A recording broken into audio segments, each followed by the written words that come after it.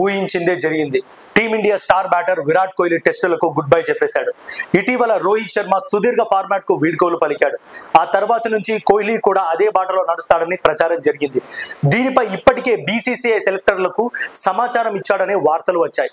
అయితే ఇందుకు సముఖంగా లేని బీసీసీఐ అతన్ని ఒప్పించేందుకు ప్రయత్నించింది. కానీ తన మనసు మార్చుకోలేని కోహ్లీ టెస్టులకు రిటైర్మెంట్ పలికాడు. ఈ మేరకు సోషల్ మీడియాలో పోస్టు పెట్టాడు. తన నిర్ణయాన్ని ప్రకటించాడు. ఇటీవలే రోహిత్ శర్మ సైతం టెస్టులకు రిటైర్మెంట్ ప్రకటించిన సంగతి అందరికీ తెలిసిందే. వెంటనే కోహ్లీ కూడా టెస్టులకు రిటైర్ అవుతాడనే వార్తలు వచ్చాయి. ఇంతకు ముందే రోహిత్ కోహ్లీ ద్వయం టీ20లకు రిటైర్మెంట్ ప్రకటించారు. ఇక నుంచి వీరిద్దరూ వన్డేలకు మాత్రమే పరిమితం కానున్నారు. టెస్ట్ క్రికెట్ లో నేను మొదటిసారి భారత జట్టు క్యాప్ ధరించి 14 సంవత్సరాలు అయింది. నేను ఈ ఫార్మాట్ నుంచి తప్పుకుంటున్నాను.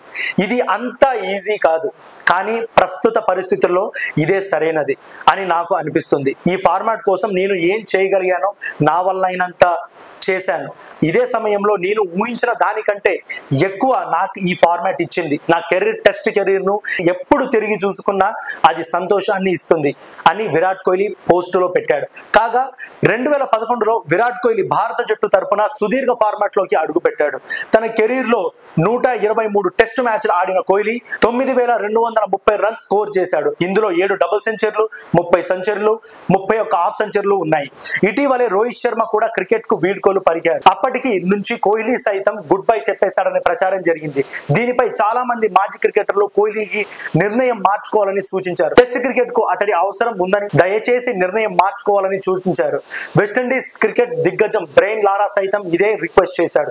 అంబటి రాయుడు, నవజోత్ సింగ్ సిద్ధు, మైకల్ వాన్ ఇలా ఎంతో మంది ప్రముఖులు కోహ్లీ మరింత కాలం టెస్ట్ క్రికెట్ లో కొనసాగాలని అభిప్రాయం వ్యక్తం చేశారు. ఓ దశలో బీసీసీఐ కూడా కోహ్లీని ఒప్పించాలని ప్రయత్నించినట్లు వార్తలు వచ్చాయి.